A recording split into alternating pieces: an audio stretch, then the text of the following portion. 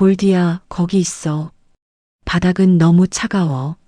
며느리는 개를 소파 위로 다시 올려주며 부드럽게 쓰다듬었습니다.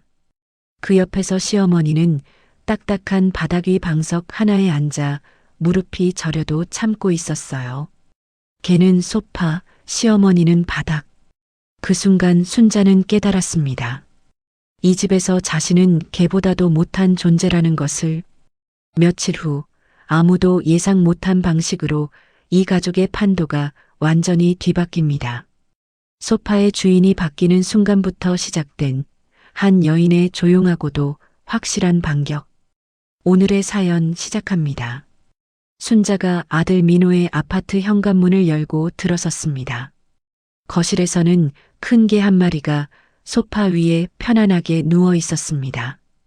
털이 길고 덩치가 큰 골든 리트리버였죠. 어머니 오셨어요. 며느리 지연이 부엌에서 고개를 내밀며 인사했습니다. 손에는 개밥 그릇을 들고 있었어요. 응, 왔다.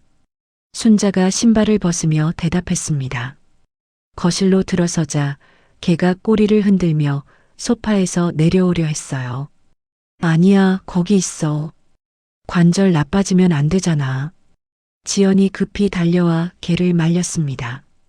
개를 다시 소파 위로 올려주며 부드럽게 쓰다듬었어요. 골디야, 여기가 내 자리야. 바닥은 너무 차가워. 순자는 그 모습을 조용히 바라봤습니다. 소파는 개 전용이 되어 있었어요. 어머니, 밥 차려드릴게요. 지연이 식탁 쪽을 가리키며 말했습니다. 식탁 옆 바닥에는 방석 하나가 놓여 있었어요. 거기 앉으시면 돼요. 순자가 방석을 내려다봤습니다.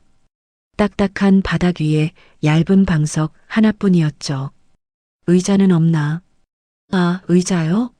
골디가 의자에 올라가면 떨어질까봐 치워뒀어요. 방석이 더 편하실 거예요. 지연이 웃으며 설명했습니다. 순자는 천천히 방석 위에 앉았어요. 무릎이 아픈데도 참고 다리를 접었습니다. 민호는 소파 한쪽에 앉아 휴대폰을 보고 있었어요. 화면에서 눈을 떼지 않은 채 말했습니다. 어머니, 밥 맛있게 드세요. 응. 순자가 짧게 대답했습니다. 지연이 밥상을 가져와 바닥에 앉은 순자 앞에 놓았어요. 김치찌개 끓였어요. 어머니가 좋아하신다고 해서요. 고맙다. 순자가 숟가락을 들었습니다. 바닥에 앉아 밥을 먹는 것이 불편했지만 내색하지 않았어요. 골든 리트리버가 소파에서 기지개를 켰습니다. 지연이 즉시 달려가 개의 배를 쓰다듬었어요. 골디야, 배고파? 잠깐만 기다려. 지연이 개에게 말을 거는 목소리는 한없이 부드러웠습니다. 순자에게 하는 말투와는 확연히 달랐어요. 골디밥 시간이에요. 지연이 부엌으로 가서 개밥을 준비했습니다. 순자는 계속 바닥에 앉아 밥을 먹었어요. 민호는 여전히 휴대폰만 보고 있었습니다. 가끔 화면을 만지며 웃기도 했어요. 민호야. 순자가 아들을 불렀습니다. 네, 어머니. 민호가 휴대폰에서 눈을 떼지 않은 채 대답했어요. 요즘 일은 어떠니? 그냥 그래요. 바쁘긴 한데요. 민호가 여전히 화면을 보며 말했습니다. 순자를 한 번도 쳐다보지 않았어요. 지연이 개밥 그릇을 들고 왔습니다. 소파 옆에 그릇을 놓자 개가 내려와 밥을 먹기 시작했어요. 골디는 정말 얌전해요. 밥도 예쁘게 먹고요. 지연이 개를 바라보며 흐뭇하게 미소 지었습니다. 그러다가 순자를 보고 말했어요. 어머니도 많이 드세요. 응. 순자가 고개를 끄덕였습니다. 무릎이 저려왔지만 계속 바닥에 앉아 있었어요. 골든 리트리버가 밥을 다 먹고 다시 소파로 올라갔습니다. 지연이 빈 그릇을 치우며 개의 머리를 쓰다듬었어요. 골디야, 잘 먹었구나. 이제 푹 쉬어. 순자는 그 장면을 지켜봤습니다. 개는 소파에서 편안하게 쉬고 자신은 딱딱한 바닥에 앉아 있었어요. 어머니, 다 드셨어요? 지연이 물었습니다. 응, 잘 먹었다. 순자가 숟가락을 내려놓았습니다. 지연이 밥상을 치우러 왔어요. 그럼 이제 가봐야겠다. 순자가 일어나려 했습니다. 오래 앉아 있어서 다리가 저렸어요. 벌써요? 좀 더 계시다가요. 지연이 말했습니다. 하지만 진심으로 머물기를 바라는 것 같지는 않았어요. 아니다, 집에 가야지. 순자가 천천히 일어났습니다. 무릎이 아팠지만 참았어요. 민호는 여전히 휴대폰만 보고 있었습니다. 순자가 현관으로 향하는데도 고개를 들지 않았어요. 조심히 들어가세요. 지연이 현관까지 따라 나와 말했습니다. 응. 순자가 문을 열고 나갔습니다. 뒤에서 문이 닫히는 소리가 들렸어요. 집으로 돌아가는 길, 순자는 계속 그 장면을 떠올렸습니다. 소파에 누워있던 개와 바닥에 앉아있던 자신의 모습이요. 집에 도착해서 순자는 거실 소파에 앉았습니다. 부드럽고 편안한 소파였어요. 아들 집에서는 이런 자리에 앉아본 적이 없었습니다. 순자는 천천히 일어나 안방으로 갔습니다. 옷장 깊숙한 곳에서 서류 봉투 하나를 꺼냈어요. 집 등기부등본과 세금 납부 기록들이 들어 있었습니다. 서류를 하나씩 펼쳐보며 순자는 확인했습니다. 이 집의 소유자는 순자 혼자였어요.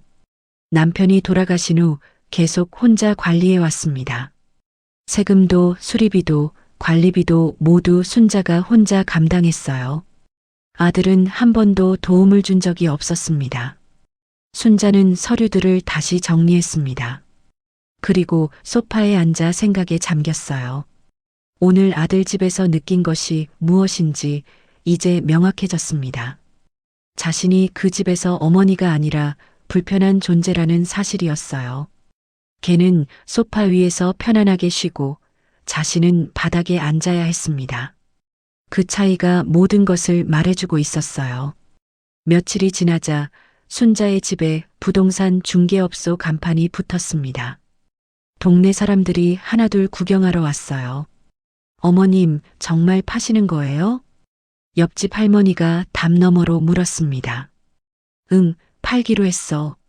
순자가 빨래를 널며 대답했습니다. 어머나, 왜요?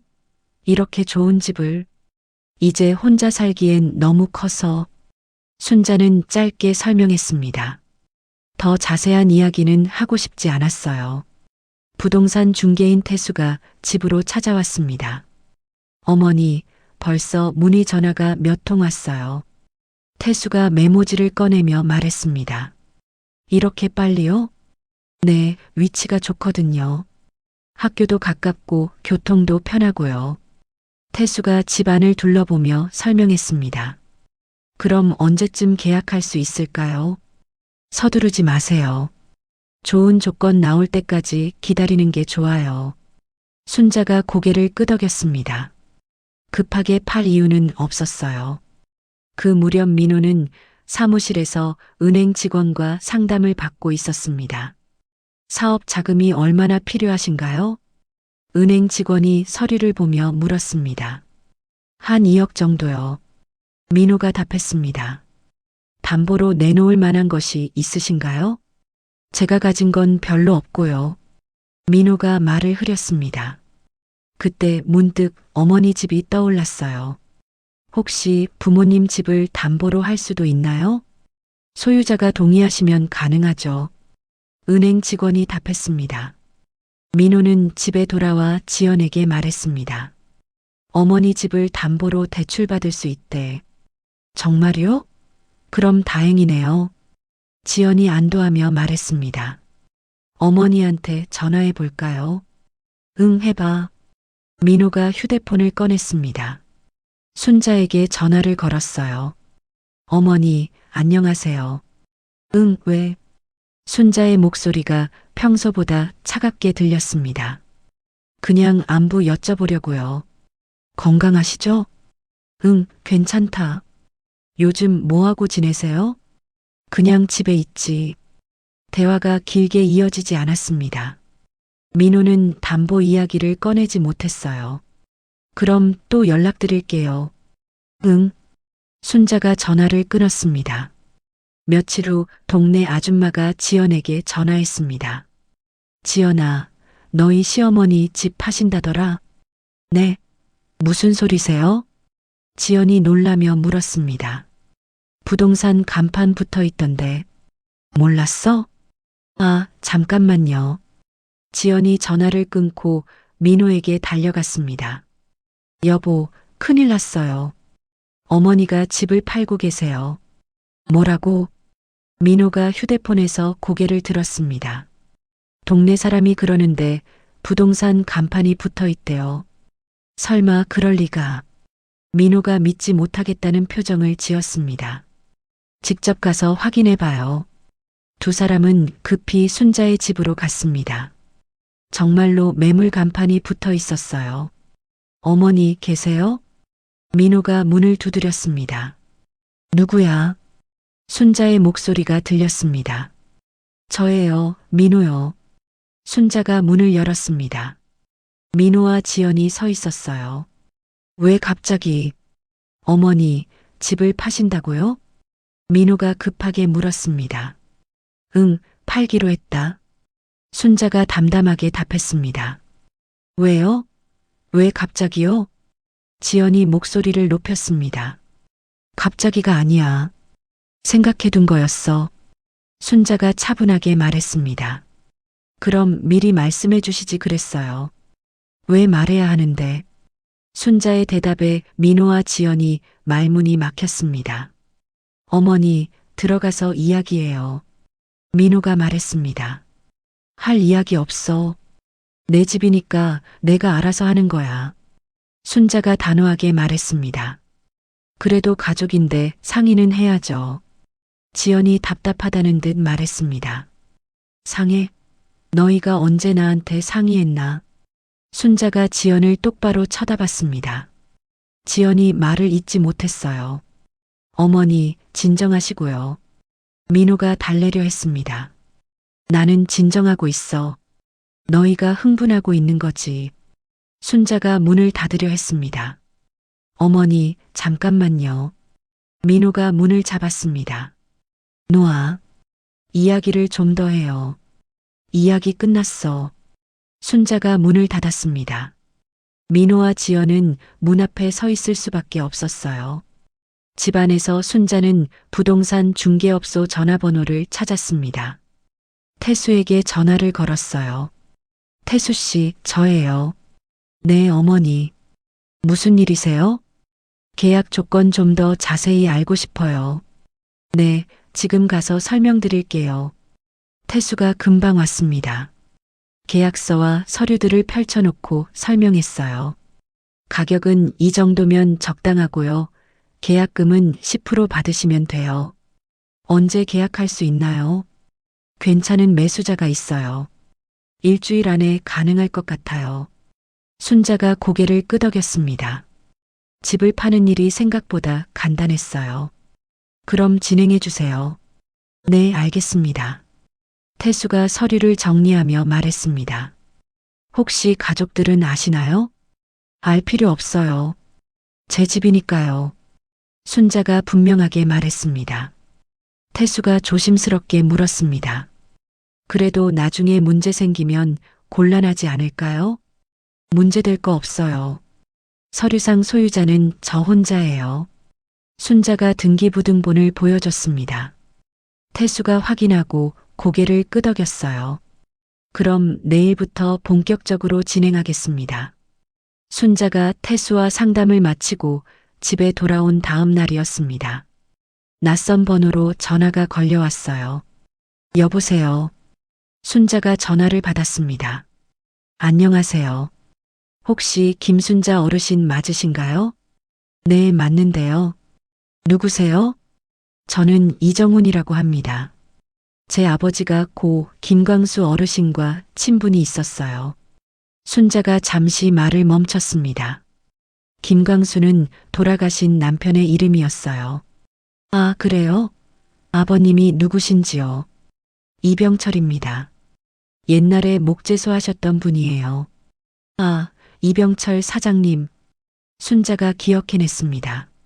남편과 사업상 인연이 있던 분이었어요.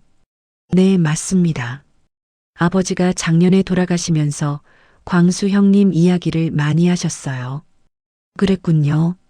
실은 제가 지금 시청에서 도시개발 관련 일을 하고 있어요. 정훈이 말을 이었습니다. 그런데 어르신 집이 있는 지역이 내년에 재개발 예정 구역으로 검토되고 있어요. 순자가 전화기를 꽉 잡았습니다. 재개발이요? 네, 아직 공식 발표는 안 됐지만 거의 확정이에요. 그래서 미리 말씀드리고 싶어서요. 그럼 집값이 오른다는 뜻인가요?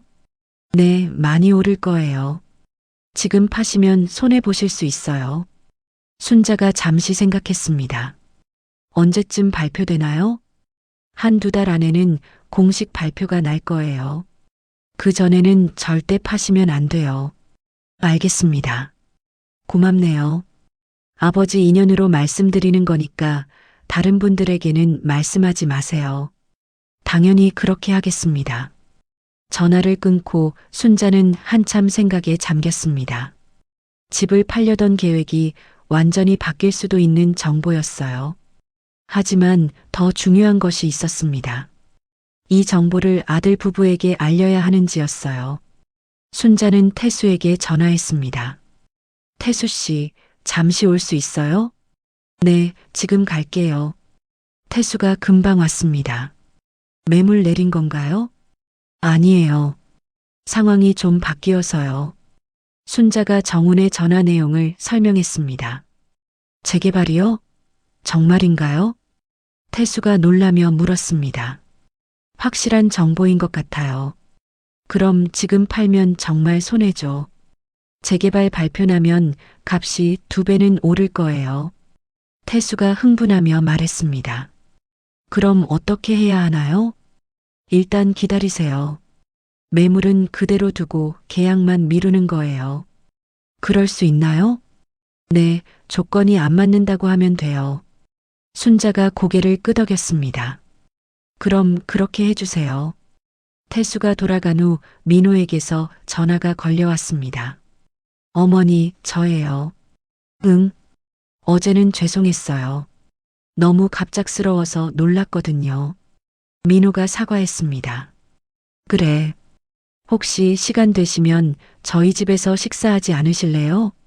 순자가 잠시 망설였습니다. 왜? 그냥 어머니랑 이야기하고 싶어서요. 지연이도 괜찮다고 하나? 네, 당연히 괜찮다고 해요. 며칠 후 순자는 다시 아들의 집을 찾았습니다. 골든 리트리버는 여전히 소파 위에 누워 있었어요. 어머니 오셨네요. 지연이 반갑게 인사했습니다. 하지만 예전보다는 조심스러운 태도였어요. 응. 순자가 대답했습니다. 이번에도 바닥에 방석이 놓여 있었어요. 어머니, 여기 앉으세요. 지연이 방석을 가리켰습니다. 순자는 그 장면을 다시 한번 확인했습니다. 걔는 소파, 자신은 바닥. 아무것도 바뀌지 않았어요. 나는 서 있을게. 순자가 말했습니다. 왜요? 앉으세요. 괜찮아. 순자는 끝까지 서 있었습니다. 바닥에 앉고 싶지 않았어요. 식사 시간이 되자 지연이 밥상을 차렸습니다. 여전히 바닥 식탁이었어요. 어머니, 이번에는 갈비찜 했어요. 지연이 말했습니다. 그래. 순자가 바닥에 앉았습니다. 다시 무릎이 아팠지만 참았어요. 식사 도중 민호가 조심스럽게 말을 꺼냈습니다. 어머니, 집 파는 건 좀 천천히 생각해 보시면 안 될까요? 왜? 혼자 살기 어려우시면 저희가 도와드릴 수도 있고요. 민호가 말했습니다. 어떻게 도와줄 건데? 관리비나 생활비 같은 것들이요. 너희가 돈이 있나? 순자가 직선적으로 물었습니다. 민호가 말문이 막혔어요. 그리고 나이 들어서 자식한테 손 벌리고 살기 싫어. 순자가 분명하게 말했습니다. 그런 게 아니라 가족끼리 서로 돕는 거죠. 지연이 끼어들었습니다.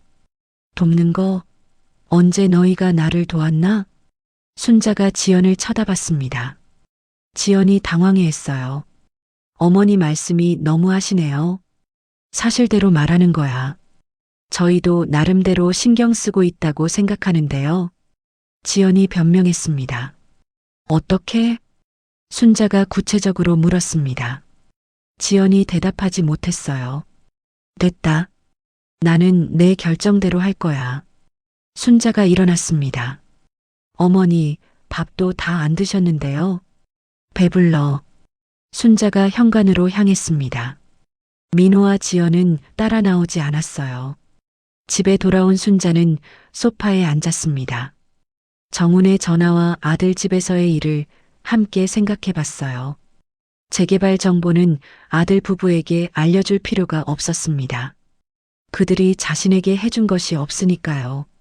순자는 이 상황을 자신만 알고 있기로 결정했습니다. 다음 날 아침 순자는 태수에게 전화했습니다. 태수 씨, 매수 문의 어떻게 할까요? 일단 조건이 안 맞는다고 하고 있어요. 재개발 발표 나올 때까지 기다리는 게 좋겠어요. 태수가 답했습니다. 그럼 그렇게 해주세요. 순자가 전화를 끊고 나서 생각해 봤습니다. 재개발 정보는 좋지만 다른 문제도 있었어요. 아들 부부가 포기하지 않을 것 같았습니다. 계속 간섭하려 들 거였어요. 순자는 법률 상담을 받기로 마음먹었습니다. 태수에게 다시 전화했어요. 혹시 법무사나 변호사 아는 분 있어요? 왜요? 계약서는 제가 다 해드리는데요. 집 말고 다른 상담 받을 일이 있어서요. 아, 그럼 현우 변호사님 소개해드릴게요. 괜찮은 분이에요. 태수가 전화번호를 알려줬습니다.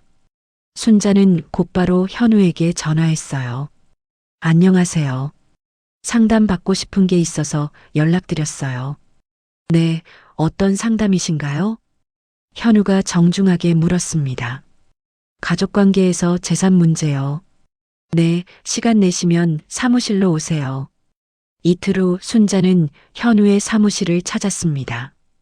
깔끔한 사무실에서 현우가 반갑게 맞아줬어요. 어머님 앉으세요. 현우가 의자를 권했습니다. 순자는 편안하게 앉았어요. 어떤 상담을 받고 싶으신가요? 제가 집을 팔려고 하는데 자식들이 반대해요. 순자가 상황을 설명했습니다. 집 소유자가 어머님 혼자신가요? 네, 제 단독 명의예요. 순자가 등기부등본을 꺼냈습니다. 현우가 서류를 확인했습니다. 그럼 법적으로는 전혀 문제 없어요. 소유자가 처분하는 거니까요. 자식들이 개입할 여지는 없나요? 없어요. 증여나 상속이 아닌 이상 간섭할 권리가 없어요.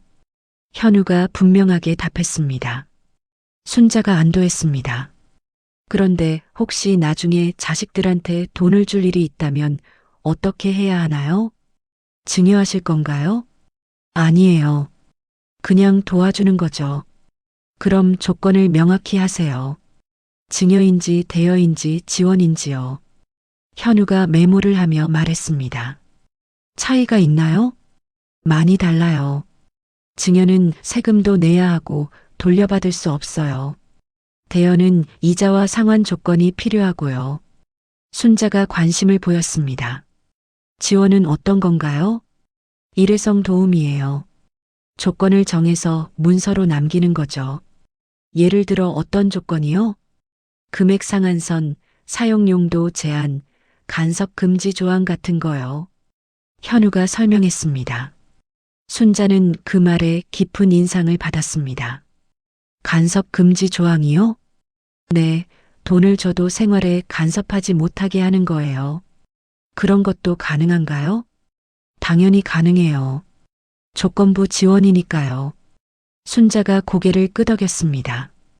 혹시 그런 문서를 만들어 주실 수 있나요? 네, 언제든지요. 필요하시면 연락 주세요. 상담을 마치고 나온 순자는 마음이 한결 가벼워졌습니다. 자신에게 선택권이 있다는 사실을 확인했거든요. 그 무렵 지연은 병원에서 골디의 관절염 치료비 청구서를 받고 있었습니다. 한 달에 20만 원씩 나와요. 수의사가 말했습니다. 계속 치료받아야 하나요? 지연이 걱정스럽게 물었습니다. 네, 관절염은 꾸준히 관리해야 해요. 집에 돌아온 지연이 민호에게 말했습니다. 골디 병원비가 너무 많이 나와. 얼마나? 한 달에 20만 원이래. 민호가 한숨을 쉬었습니다. 요즘 사업 자금 때문에 돈이 빠듯했거든요. 우리 생활비도 부족한데. 그러게. 어머니가 도와주시면 좋을 텐데. 지연이 말했습니다. 어머니가 집 팔면 돈이 많이 생기잖아. 그래도 어머니가 안 도와주시려고 하시는데. 민호가 답답해했습니다. 설득해봐야지. 가족끼리 서로 돕는 거 당연한 거 아니야? 지연이 목소리를 높였습니다. 한편 순자는 집에서 태수와 현우의 명함을 나란히 놓고 보고 있었습니다. 태수는 집 매매를, 현우는 가족관계를 도와주는 사람이었어요. 이제 순자에게는 두 명의 조력자가 있었습니다.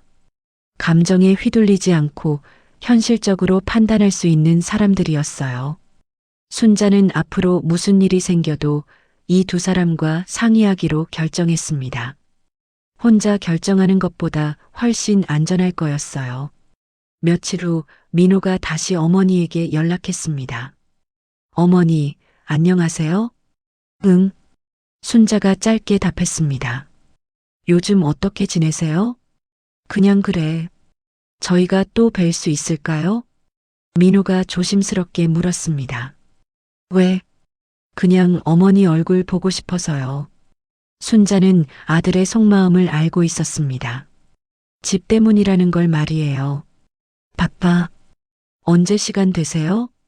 모르겠어. 순자가 전화를 끊었습니다. 이제는 자신이 만나고 싶을 때 만나면 되는 거였어요. 아들 부부의 편의에 맞출 필요가 없었습니다. 순자는 소파에 앉아 창밖을 내다봤습니다.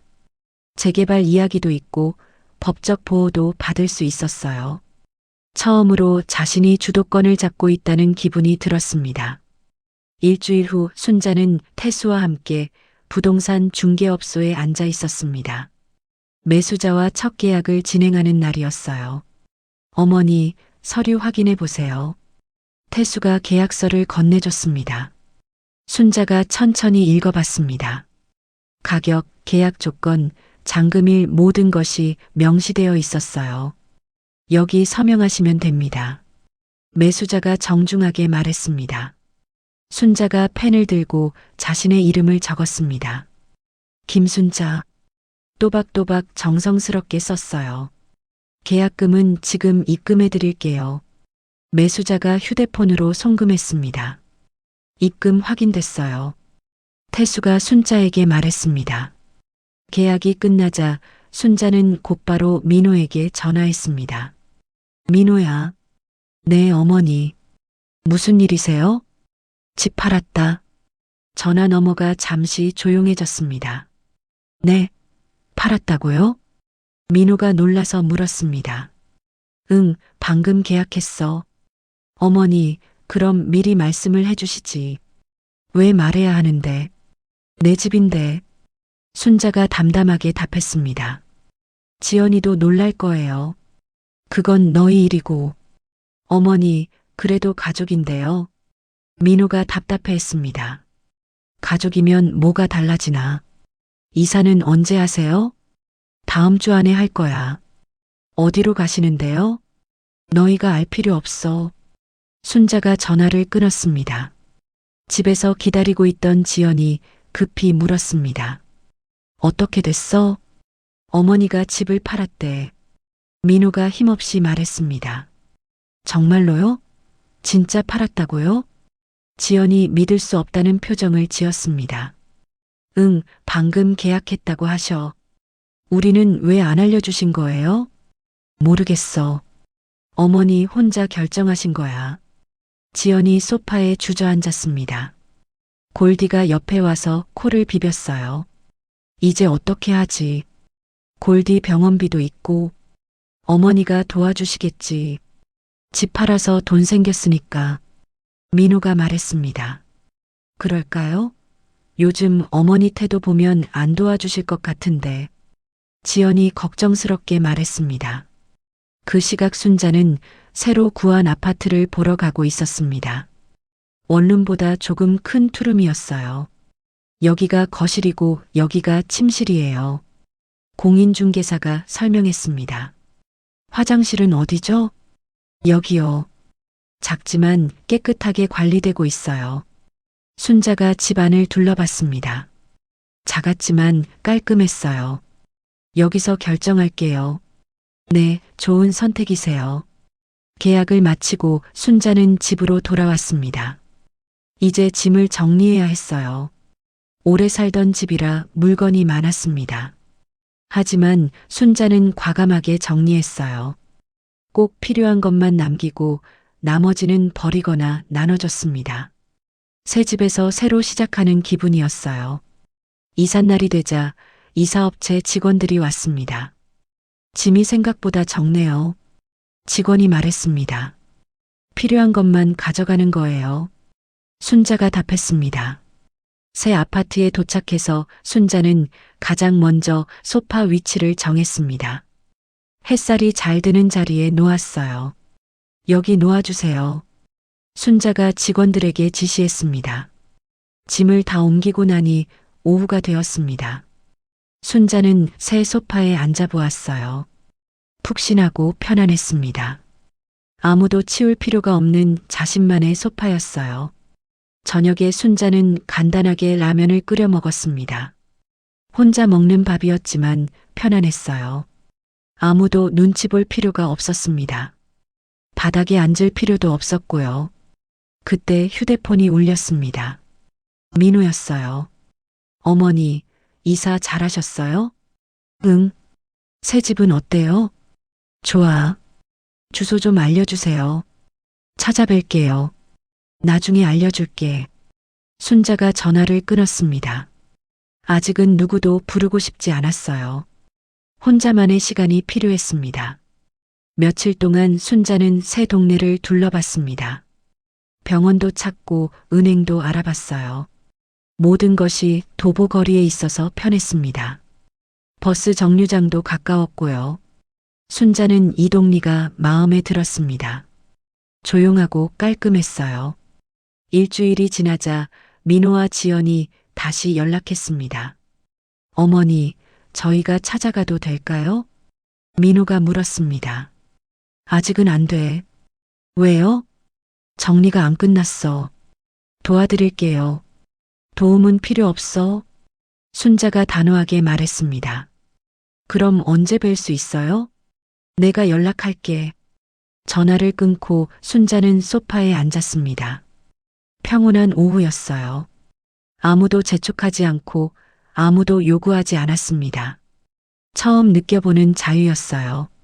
순자는 이 평온이 얼마나 갈지 알 수 없었습니다. 하지만 지금 이 순간만큼은 온전히 자신의 것이었어요. 창밖으로 저녁 노을이 보였습니다. 순자는 그 풍경을 혼자서 조용히 감상했습니다. 한 달이 지난 어느 날 아침, 민호의 휴대폰에 급한 전화가 걸려왔습니다. 민호 씨, 큰일 났어요. 사업 파트너 목소리가 다급했습니다. 왜요? 무슨 일이에요? 투자자가 손 뗀대요. 계약 취소한다고 해요. 민호가 얼굴이 하얘졌습니다. 갑자기 왜요? 시장 상황이 안 좋다나 뭐라나? 이미 들어간 돈도 못 받을 것 같아요. 그럼 우리가 진 빚은 어떻게 해요? 그걸 지금 해결해야죠. 3억이 넘어요. 전화를 끊고 민호는 지연에게 말했습니다. 사업 망했어. 뭐라고요? 지연이 설거지하던 손을 멈췄습니다. 투자자가 손 뗐어. 빚만 3억이 넘게 남았고 지연이 그 자리에 주저앉았습니다. 어떻게 하지? 우리 집도 담보로 잡혔는데 은행에서 독촉 들어올 거야. 민호가 머리를 감싸쥐었습니다. 바로 그날 오후 순자는 병원에서 검사를 받고 있었습니다. 정기 검진이었는데 의사 표정이 심각했어요. 어르신, 추가 검사가 필요할 것 같아요. 무슨 검사요? 순자가 물었습니다. CT 촬영이랑 혈액 검사 정밀하게 해봐야겠어요. 뭔가 문제가 있나요? 결과 나와봐야 알겠지만 조금 이상한 수치가 있어요. 의사가 조심스럽게 말했습니다. 언제 검사 받을 수 있나요? 내일 오전에 할 수 있어요. 미리 준비해야 할 것도 있고요. 순자가 고개를 끄덕였습니다. 병원을 나오면서 순자는 민호에게 연락했습니다. 민호야.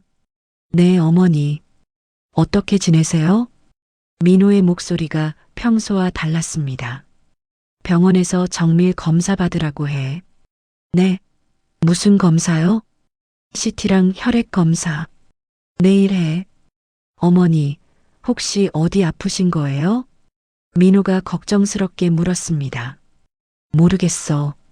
내일 해봐야 알지. 저희가 모시고 갈까요? 혼자 갈 수 있어. 순자가 전화를 끊었습니다. 그 순간 민호는 복잡한 기분이었습니다. 어머니 건강도 걱정되고 사업 실패도 해결해야 하고 지연이 다가와서 물었습니다.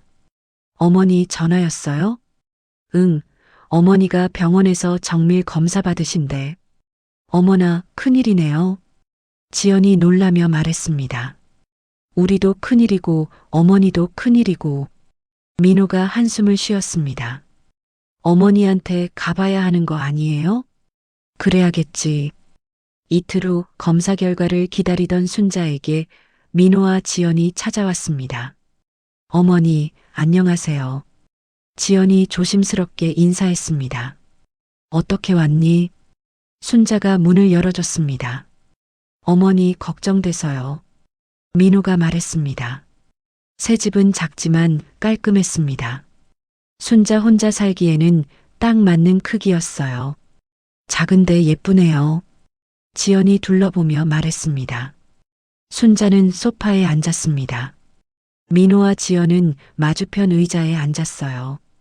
검사 결과 언제 나와요? 민호가 물었습니다. 내일 오후에. 저희가 같이 가드릴까요? 혼자 갈 수 있다고 했잖아.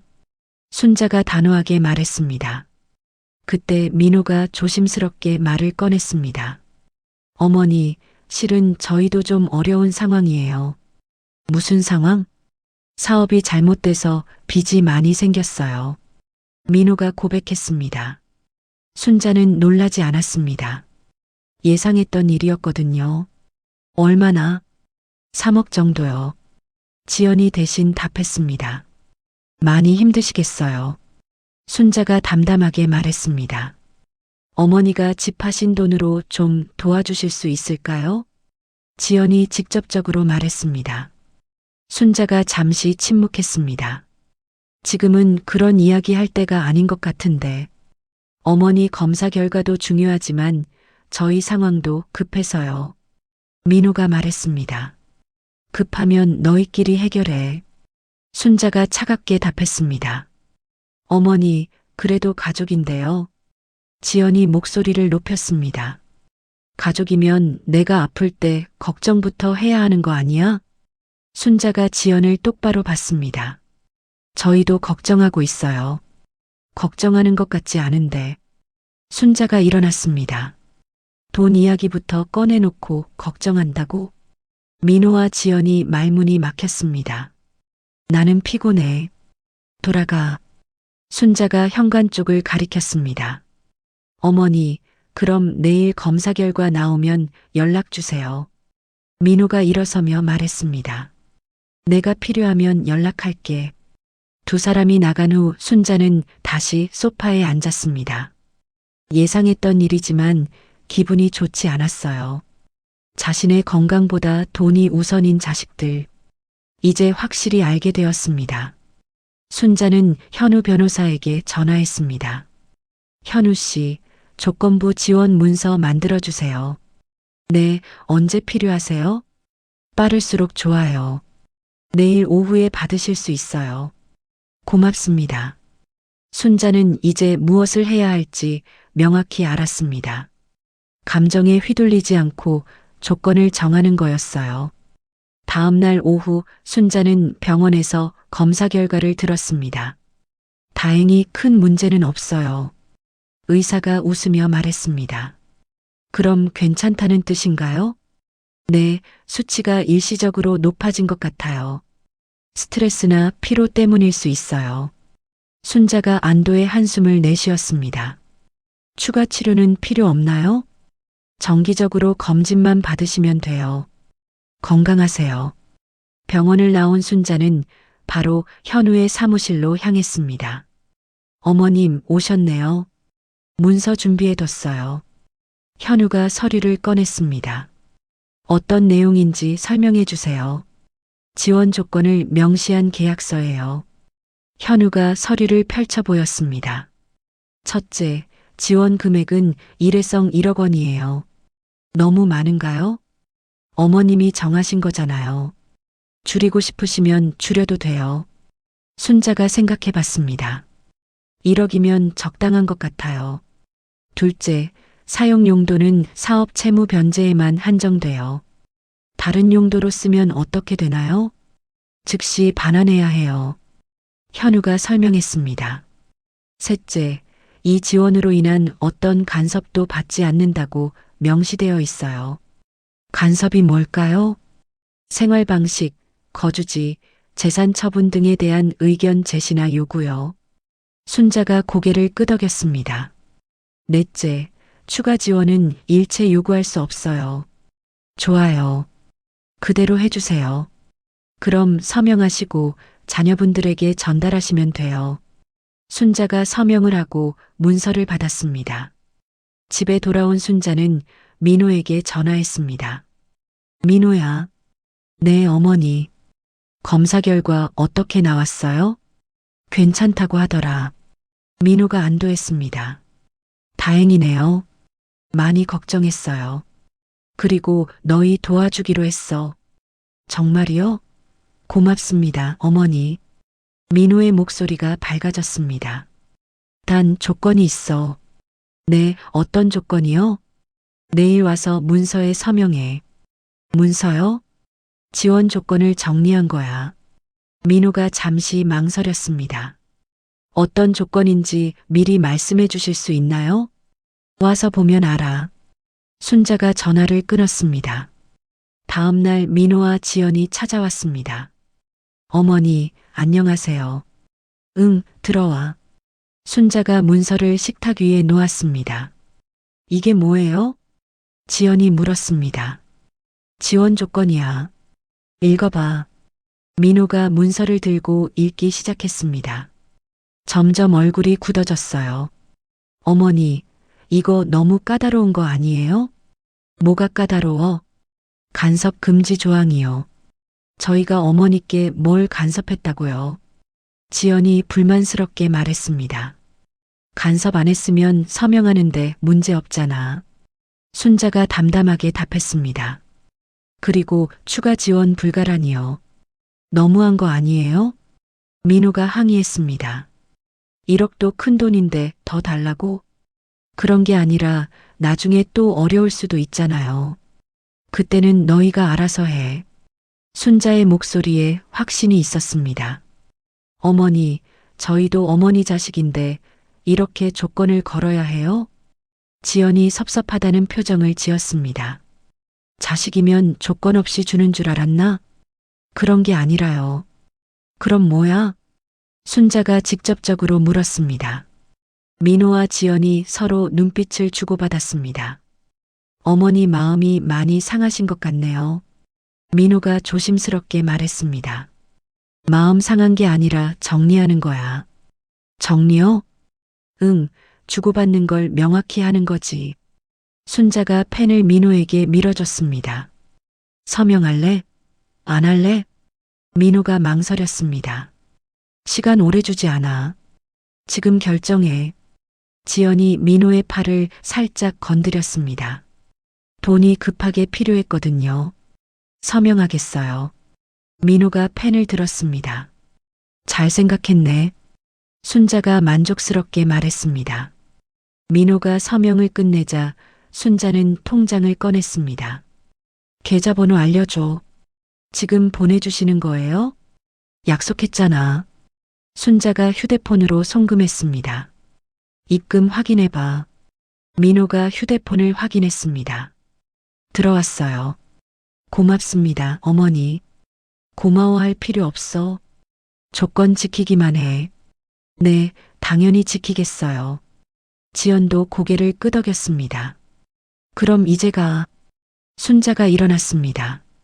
벌써요? 좀 더 계시다 가세요. 할 일 끝났잖아. 민호와 지연이 어쩔 수 없이 일어났습니다. 그럼 또 연락드릴게요. 필요할 때만 연락해. 순자가 현관문을 열어줬습니다. 두 사람이 나간 후 순자는 문서 사본을 서랍에 넣었습니다. 이제 관계의 경계가 명확해졌어요. 저녁에 현우에게 전화했습니다. 문서 전달 완료됐어요. 잘하셨어요. 이제 마음 편하시겠네요. 네, 많이 편해졌어요. 혹시 문제 생기면 언제든 연락 주세요.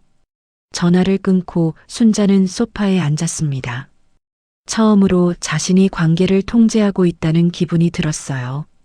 더 이상 일방적으로 당하지 않아도 되는 거였습니다.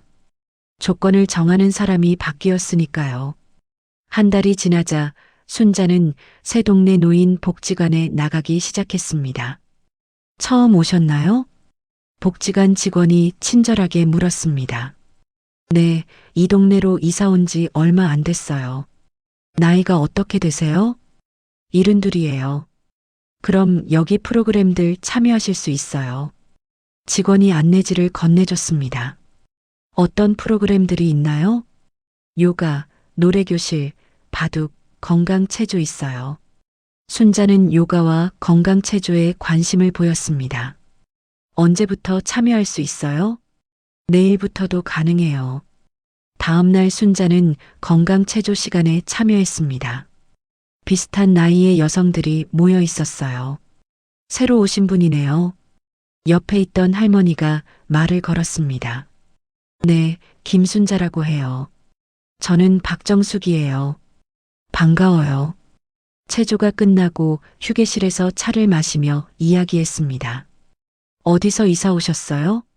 정숙이 물었습니다. 멀지 않은 곳이에요. 집을 팔고 작은 곳으로 왔어요. 혼자 사세요? 네, 혼자요. 자식들은 어디 있어요? 아들이 하나 있는데 따로 살아요. 순자가 간단히 답했습니다. 요즘 자식들이 다 그래요. 부모랑 같이 살기 싫어해. 정숙이 공감했습니다. 정숙 씨도 혼자 사세요? 네, 남편 죽고 혼자 산 지 5년 됐어요. 외롭지 않으세요? 처음엔 외로웠는데 이제 괜찮아요.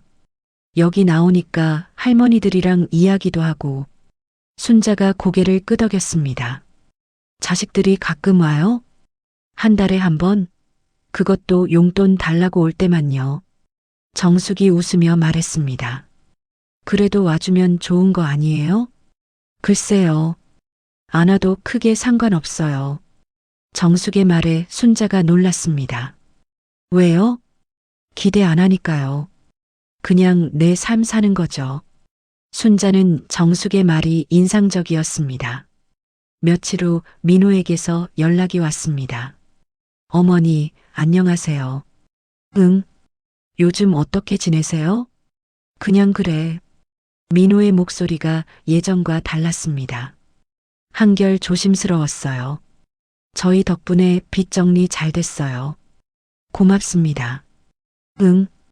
혹시 시간 되시면 저희 집에 오시지 않으실래요? 왜? 그냥 어머니 얼굴 보고 싶어서요. 순자가 잠시 생각했습니다. 골디는 어떻게 됐나? 골디요? 그냥 있어요. 소파에서 내려왔나? 민호가 당황했습니다. 그게 아직은. 그럼 안 가겠어. 어머니, 왜요? 내가 앉을 자리가 없잖아. 의자 준비해 놓을게요. 됐어. 순자가 전화를 끊었습니다. 며칠 후 지연이 혼자 순자를 찾아왔습니다. 어머니, 안녕하세요. 어떻게 혼자 왔니? 어머니랑 둘이서 이야기하고 싶어서요. 지연이 조심스럽게 말했습니다. 순자가 문을 열어줬습니다. 들어와.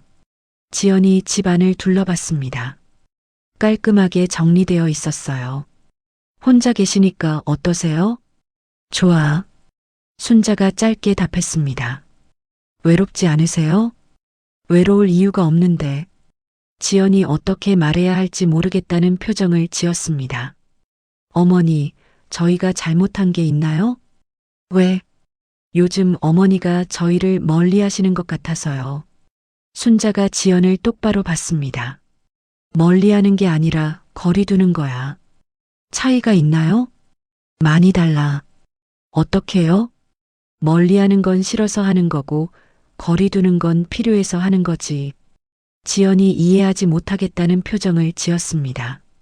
저희한테 왜 거리가 필요한 거예요? 너희가 나한테 그렇게 했잖아. 저희가 언제요?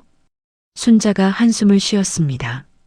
골디는 소파에 앉히고 나는 바닥에 앉게 했을 때부터 지연이 얼굴이 빨개졌습니다. 그건 골디가 관절이 안 좋아서 내 무릎도 아픈데 몰랐어요. 몰랐다고? 70 넘은 사람이 바닥에 앉는데 몰랐다고? 지연이 말문이 막혔습니다. 이제는 나도 내 자리에서 살 거야. 순자가 분명하게 말했습니다. 어머니, 돌아가. 할 말은 끝났어. 지연이 어쩔 수 없이 일어났습니다. 그럼 또 연락드릴게요. 응. 지연이 나간 후 순자는 복지관에서 만난 정숙 할머니 생각이 났습니다. 기대 안 하니까 괜찮다는 말이요. 순자도 이제 그런 경지에 도달한 것 같았습니다. 기대하지 않으니까 실망할 일도 없었어요. 저녁에 정숙에게 전화했습니다. 정숙 씨, 저예요. 순자. 아, 순자 씨. 안녕하세요. 내일 체조 시간에 뵐 수 있겠죠? 당연히죠. 매일 나가거든요. 저도 앞으로 꾸준히 나갈 생각이에요. 좋아요. 같이 다녀요. 순자는 이제 새로운 일상이 시작되었다는 기분이 들었습니다. 가족에게 의존하지 않는 자신만의 생활이었어요. 2달 후 민호는 신문에서 재개발 소식을 읽고 있었습니다. 여보, 이거 봐. 민호가 지연을 불렀습니다. 뭐요? 어머니가 살던 동리가 재개발된대. 지연이 신문을 들여다봤습니다. 정말이네요. 언제부터요? 작년부터 계획되어 있었다고 나와 있어. 민호의 얼굴이 굳어졌습니다. 그럼 어머니는 이걸 알고 계셨던 건가요? 모르겠어. 설마. 지연이 계산기를 두드렸습니다. 집값이 2배는 오를 거예요. 어머니가 몇 억 손해보신 거네요. 민호가 한숨을 쉬었습니다. 아니면 미리 알고 있었을 수도 있어요. 지연이 말했습니다. 그럴 리가. 어머니가 그런 정보를 어떻게 알아요? 모르겠어요. 하지만 타이밍이 이상하긴 해요. 2 사람은 서로를 바라봤습니다. 어머니한테 물어볼까요? 지연이 제안했습니다. 물어봐도 대답 안 하실 거예요. 민호가 답답해했습니다. 그 시각 순자는 복지관에서 정숙과 차를 마시고 있었습니다. 순자 씨, 신문 봤어요? 정숙이 물었습니다. 무슨 신문요? 순자 씨가 팔던 집 있는 동네 재개발된다고 나왔어요. 순자가 잠시 멈췄습니다. 그래요? 집값 많이 올랐겠어요. 그럴까요? 순자는 담담하게 답했습니다. 후회 안 돼요? 조금만 늦게 팔았으면 돈 더 받았을 텐데. 후회할 게 뭐 있어요? 순자가 차를 한 모금 마셨습니다. 그래도 아깝긴 하겠어요.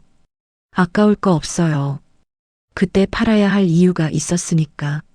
정숙이 고개를 갸웃했습니다. 무슨 이유죠? 자리를 바꾸고 싶었어요. 자리요? 네, 내가 앉을 자리 말이에요. 정숙은 순자의 말을 완전히 이해하지 못했지만 더 묻지 않았습니다. 며칠 후 민호가 어머니에게 전화했습니다. 어머니, 저예요. 응? 혹시 재개발 소식 들으셨어요? 무슨 재개발? 순자가 모른 척 했습니다. 어머니가 팔던 집 있던 동네요. 아, 그래. 재개발한다고? 네, 신문에 나왔어요. 그렇구나. 순자의 반응이 너무 담담해서 민호가 의외였습니다. 어머니, 후회 안 돼요? 뭘? 집을 조금만 늦게 파셨으면 돈을 더 받을 수 있었을 텐데요. 돈이 전부가 아니야. 그래도 아깝긴 하잖아요. 아깝지 않아. 민호가 이해할 수 없었습니다. 어머니는 정말 후회 안 하세요? 후회할 이유가 없어. 왜요? 내가 원하는 걸 얻었으니까. 뭘 얻으셨는데요?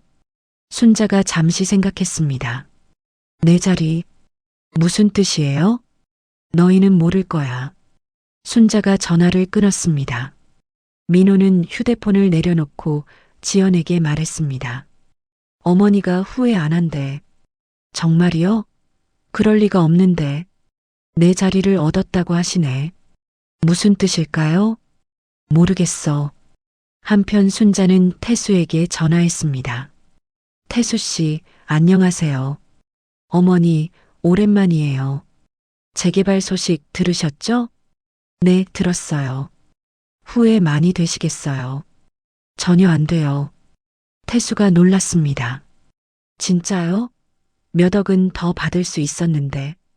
그때 팔아야 할 이유가 있었으니까요. 무슨 이유죠? 관계를 정리하려고요. 태수는 순자의 말뜻을 정확히 알지 못했지만 더 묻지 않았습니다. 어머니 대단하세요. 돈보다 중요한 게 있다는 걸 아시는군요. 나이 먹으면 알게 돼요. 저녁에 순자는 새집 소파에 앉아 창밖을 내다봤습니다. 재개발 소식을 듣고도 전혀 후회되지 않았어요. 돈을 더 받는 것보다 자신의 위치를 바꾸는 게 더 중요했습니다. 그때 휴대폰이 울렸습니다. 모르는 번호였어요. 여보세요. 어머님, 정훈입니다. 아, 재개발 정보를 알려준 사람이었어요. 안녕하세요. 재개발 소식 들으셨죠? 네. 집 안 파시길 잘했네요. 순자가 잠시 말을 멈췄습니다. 저는 이미 팔았어요. 네. 언제요? 몇 달 전에요. 정훈이 놀랐습니다. 왜요? 제가 미리 알려드렸는데 그때는 팔아야 할 이유가 있었어요. 무슨 이유죠? 개인적인 이유요. 정훈은 이해할 수 없다는 표정이었지만 더 묻지 않았습니다.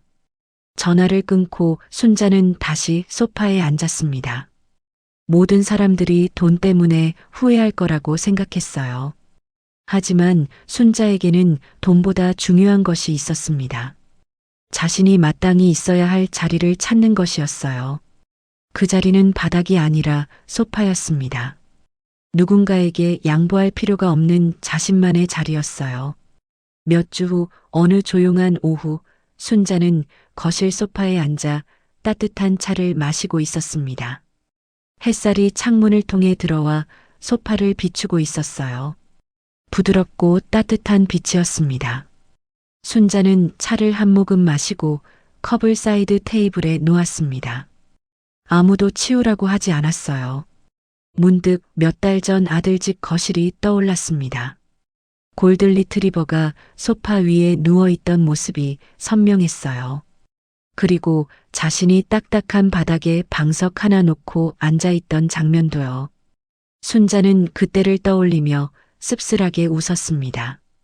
그 순간이 모든 걸 바꾼 시작이었거든요. 소파에서 일어나 순자는 쿠션을 정리했습니다. 1개, 2개, 3개. 모두 자신이 앉기 편하게 배치했어요. 이 소파에서는 자신이 주인이었습니다. 누구에게 자리를 양보할 필요가 없었어요. 휴대폰이 진동했습니다. 문자 메시지였어요. 어머니, 안녕하세요. 민호입니다. 오랜만에 안부 인사드려요. 순자는 문자를 읽고 바로 답하지 않았습니다. 급할 게 없었거든요. 복지관에서 만난 친구들이 떠올랐습니다. 정숙, 영희, 미자 할머니들. 그들과 함께 체조하고 차 마시며 수다 떠는 시간이 좋았어요. 누구도 자신에게 무언가를 요구하지 않았습니다. 순자는 다시 소파에 앉았습니다. 푹신한 쿠션이 등을 받쳐줬어요. 창밖으로 저녁 노을이 지고 있었습니다. 혼자 보는 풍경이었지만 외롭지 않았어요. 문득 지연이 했던 말이 떠올랐습니다. 외롭지 않으세요? 순자는 고개를 저었습니다. 외로움과 혼자임은 다른 거였어요. 외로움은 자리가 없을 때 느끼는 감정이었습니다. 하지만 지금의 순자에게는 확실한 자리가 있었어요. 바로 이 소파, 이 거실, 이 집에서 말이에요. 순자는 천천히 일어나서 주방으로 갔습니다. 간단한 저녁을 준비했어요. 혼자 먹는 밥이었지만 편안했습니다. 누구 눈치 볼 필요도 바닥에 앉을 필요도 없었어요. 식사를 마치고 설거지를 하면서 순자는 생각했습니다. 몇 달 전의 자신과 지금의 자신이 완전히 달라졌다고. 예전에는 다른 사람들의 편의에 자신을 맞췄어요. 지금은 자신의 편의를 우선으로 생각했습니다. 그게 이기적인 건 아니었어요. 당연한 거였죠. 설거지를 마치고 다시 거실로 돌아왔습니다. 소파가 그 자리에 그대로 있었어요. 순자의 자리, 순자의 소파. 휴대폰을 들고 민호에게 답장했습니다. 잘 지내고 있다. 너희도 건강하게 잘 살아라. 짧고 간단한 답장이었습니다. 더 길게 쓸 필요를 느끼지 못했어요. 순자는 소파에 앉아 TV를 켰습니다. 좋아하는 드라마 재방송이 나오고 있었어요. 아무도 채널을 바꾸라고 하지 않았습니다. 자신이 보고 싶은 걸 보면 됐어요. 드라마 속 주인공이 어려운 상황에 처해 있었습니다. 가족들에게 이용당하는 여자였어요. 순자는 그 장면을 보며 과거의 자신을 떠올렸습니다. 하지만 이제는 달랐어요. 자신을 이용하려 하면 거절할 수 있었습니다. 조건을 정할 수도 있었고요. 드라마가 끝나고 순자는 TV를 껐습니다. 집안이 조용해졌어요. 하지만 무섭거나 외롭지 않았습니다. 평화로웠거든요. 순자는 마지막으로 소파 쿠션을 정리했습니다. 내일 아침에도 이 자리에 앉을 거였어요. 아무도 치우지 않을 자신만의 소파에. 전등을 끄고 침실로 향하면서 순자는 만족스럽게 미소 지었습니다. 이제 정말로 자신의 집에서 자신의 자리에서 살고 있었어요. 그 누구도 아닌 순자 자신의 자리에서 말이에요. 순자는 마침내 자신만의 소파에 앉아 평온한 저녁을 맞이했습니다. 바닥에서 소파로, 눈치에서 당당함으로, 의존에서 독립으로. 순자의 여정은 단순히 거주지를 바꾼 것이 아니었습니다. 관계에서의 자신의 위치를 완전히 재정립한 것이었죠. 걔는 소파에, 자신은 바닥에 앉아야 했던 그 순간부터 시작된 변화. 집을 파는 것으로 시작해서 조건부 지원으로 관계의 경계를 명확히 하기까지. 순자는 감정에 휘둘리지 않고 현실적으로 자신의 삶을 재구성했습니다. 나이가 들었다고 해서 무조건 양보하고 참을 필요는 없습니다. 가족이라는 이름으로 일방적인 희생을 강요받을 이유도 없죠.